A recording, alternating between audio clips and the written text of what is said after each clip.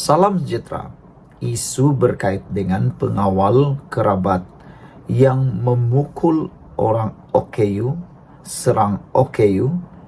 Ini kata Hasan Abdul Karim, salah seorang pengamal undang-undang dan ahli parlimen daripada PKR. Beliau kata tiada istilah kes selesai. Ahli Parlimen Pasir Gudang Hasan Abdul Karim menegaskan, dari segi undang-undang jenayah, tidak ada istilah kes telah selesai, walaupun ia dinyatakan begitu oleh pihak pengadu. Menurutnya, apabila sesuatu laporan polis dibuat, maka dokumen itu dipanggil First Information Report atau ringkasnya FIR.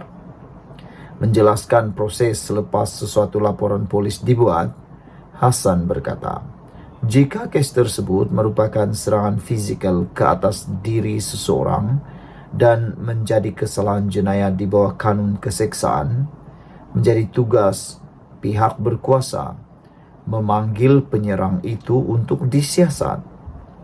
Pihak polis juga perlu menghantar mangsa ke hospital kerajaan yang berdekatan untuk memeriksa kecederaan yang dialami mangsa.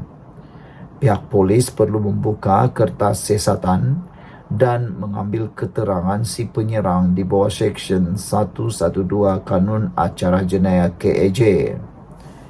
Jika siasatan terpaksa memakan masa melebihi 24 jam, maka si penyerang perlu ditahan di bawah Seksyen 117 Kanun Acara Jenayah KAJ dengan membawa dia ke mahkamah atau ke balai polis untuk mendapatkan perintah tahanan reman daripada magistrate, katanya dalam kenyataan hari ini. Walaupun tidak memetik sebarang nama atau menyentuh kes secara khusus, Hasan dipercayai kes seorang pemandu e-hailing yang juga orang kurang upaya OKU mendakwa dipukul pengawal peribadi seorang kerabat diraja di sebuah hotel di Kuala Lumpur semalam. Terdahulu, Ketua Polis Kuala Lumpur Rusdi Muhammad Isa memaklumkan lelaki terbabit membuat laporan polis kedua untuk menyatakan niatnya tidak mahu memanjangkan kes berkenaan. Rusdi berkata lelaki berusia 46 tahun itu memfailkan laporan baru itu pada 9:59 malam tadi. Hasan berkata, walaupun ada laporan polis susulan dibuat, sesuatu kes tidak boleh dianggap selesai dengan begitu saja. Yang penting jelas ahli parlimen yang memiliki latar belakang undang-undang itu, laporan polis yang pertama yaitu FIR. Kes selesai membawa makna dari segi kesalahan tort, yaitu apabila mangsa tidak berniat untuk mengambil tindakan sivil bagi kesalahan yang merupakan serangan ke atas diri yang dipanggil assault and battery. Tetapi bagi kesalahan jenayah, itu adalah dalam bidang kuasa polis. Walaupun mangsa menarik balik laporan polisnya yang pertama atau membuat laporan polis yang kedua, menyatakan kes selesai, maka dari segi perjalanan undang-undang, ia tidak boleh mempengaruhi atau memberhentikan tindakan polis, jelasnya. Tambah Hasan yang melibatkan isu kedaulatan undang-undang di Malaysia. Tegasnya lagi, mengikut perkara 8 Perlembagaan Persekutuan, semua orang adalah sama di mata undang-undang. Tidak kira yang menyerang itu orang atasan atau pegawai peribadi atau orang atasan hatta bertugas sebagai pegawai atau pengawal peribadi kaum kerabat diraja, hatta bertugas dengan raja atau sultan memerintah negeri atau yang di Pertuan Agong sekalipun, maka kesalahan jenayah terhadap rakyat biasa, lebih-lebih golongan OKU, tidak boleh dipandang ringan. Mengikut perkara 5 Perlembagaan Persekutuan, setiap warga negara termasuk golongan OKU dijamin kebebasan dirinya, katanya lagi. Dipetik daripada mykmu.net dari Malaysia Kini, serang OKU tiada istilah kes selesai, kata Hasan Abdul Karim. Sekian untuk kali ini, jangan lupa tinggalkan komen anda sila tekan butang subscribe. Kita jumpa lagi. Bye-bye. Salam sejahtera, terima kasih karena bersama dengan saya di Nazilin Unity Channel. Baru-baru ini kita digemparkan dengan satu case yang mana seorang pengawal pribadi kerabat diraja didakwa telah memukul OKU. Namun demikian, OKU tersebut telah pun membuat laporan polis kedua untuk menyelesaikan kes tersebut. Namun demikian, hari ini daripada mykeum.net menyatakan polis perlu terus siasatan dakwaan pengiring kerabat pukul OKU, kata LFL. Siapa LFL? Lawyer for Liberty menggesa polis untuk meneruskan siasatan kes pemandu e-hailing orang kurang upaya yang didakwa dipukul pengawal pribadi seorang kerabat diraja. Kerajaan perlu memastikan tiada campur tangan dalam siasatan, kata mereka. Kewibawaan undang-undang kita dan penguatkuasaannya dalam pertaruhan dan sebarang langkah yang salah akan membawa kepada kehilangan kepercayaan sepenuhnya terhadap pengendalian keadilan di negara kita, kata pengarah LFL Zaid Malik dalam kenyataan hari ini. Senada dengan ahli Parlimen PKR Hassan Karim, Zaid juga menegaskan tiada istilah penyelesaian antara pihak yang didakwa sebagai pelaku dan mangsa dalam kes jenayah. Dia berkata, apabila laporan dibuat, polis bertanggung jawab untuk menyiasatnya. Seksyen 3 dalam kurungan 3 Akta Polis 1967 mempertanggungjawabkan polis untuk mengekalkan keamanan dan keselamatan negara, mencegah dan mengesan jenayah, serta menangkap dan mendakwa pesalah, katanya lagi. Justru Zaid berkata, tugas menyiasat tidak boleh diabaikan hanya kerana laporan polis dibuat untuk menyelesaikan atau menarik balik laporan asal terhadap dakwaan jenayah yang dilakukan. Dia berkata, jika itu dibolehkan, kalangan yang berkuasa boleh memaksa agar sebarang laporan yang dibuat ke atas mereka untuk ditarik balik. Ia akan membawa kepada keruntuhan sistem keadilan jenayah kita, menjadikan undang-undang jenayah hanyalah sandiwara, katanya lagi. Semalam, pengarah Jabatan Siasatan Jenayah JSJ Bukit Aman Muhammad Suhaili Muhammad Zain berkata, seorang individu membuat laporan berkenaan perkara itu pada Selasa lalu dan kes disiasat mengikut Seksyen 323 Kanun Keseksaan. Seksyen itu berkenaan kesalahan mencederakan secara sengaja dan membawa hukuman penjara tidak lebih setahun, denda tidak lebih RM2,000 atau kedua-duanya sekali. Namun, Ketua Polis Kuala Lumpur Urusdi Muhammad Isa dalam kenyataan kemudian memaklumkan individu tersebut membuat satu lagi laporan pada malam hari yang sama yang menyatakan dia tidak mahu memanjangkan kes berkenaan. Pengadu telah membuat laporan polis kedua, menyatakan telah menyelesaikan perkara yang berlaku secara baik serta tidak mahu memanjangkan kes, katanya lagi.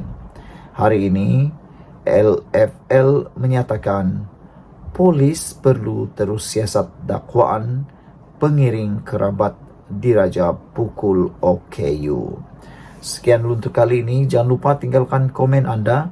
Sila tekan butang subscribe dan kita jumpa lagi. Salam sejahtera. Terima kasih karena bersama dengan saya di Nazilin Unity Channel. Bekas CEO M-Bank cuba sembunyi salah laku berkait dengan 1MDB. Itu penjelasan dan pendedahan Zeti, bekas Gubernur Bank Negara Malaysia. Zeti memberitahu mahkamah bahawa M-Bank tidak melakukan usaha yang wajar berhubung urus niaga 1MDB. Bekas Ketua Pegawai Eksekutif M-Bank Ashok Ramamurthy cuba menyembunyikan salah laku ketika menerajui bank itu menurut bekas Gubernur Bank Negara Malaysia BNM, Zeti Akhtar Aziz. Zeti yang merupakan saksi ke-46 pendakwaan pada perbicaraan 1MDB Najib Razak ditanya mengenai percanggahan antara kenyataannya dengan kenyataan Ashok mengenai pertemuan mereka untuk membincangkan pembukaan akaun Bank Najib. Ashok sebelum ini berkata beliau menghantar beberapa surat kepada Zeti untuk memaklumkannya mengenai dana yang masuk ke akaun Najib yang didakwa dari Arab Saudi. Bagaimanapun, ketika pemeriksaan semula oleh Timbalan Pendakwa Raya Ahmad Akram Garib hari ini, Zeti menafikan menerima maklumat itu. Ashok mahu menutup kesalahannya ketika menjadi CEO. Katanya ketika diperiksa semula oleh Akram lapor The Star. Zeti berkata, Bank tidak melakukan usaha wajar berhubung pelbagai transaksi melibatkan 1MDB serta transaksi palsu melibatkan Goodstar Ltd, syarikat milik ahli perniagaan dalam buruan Low Tech Joe atau Jolo.